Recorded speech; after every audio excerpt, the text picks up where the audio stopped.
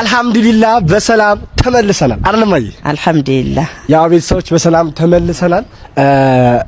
ሽክራን አልহামዱሊላህ ከጎኔ የነበራችሁ እንኳን ደስ አላችሁ እንኳን ደስ አለኝ አልহামዱሊላህ በሰላም ተመልሰናል አው ቤተሰብ ከልብ ሁላችንም እናመሰግናለን ዛሬ ደግሞ አንድ ቦታ ተጠርተናል እዛ ደግሞ እንዳርለማይ ምን እንደሆነ አብረና ሌትስ ጎ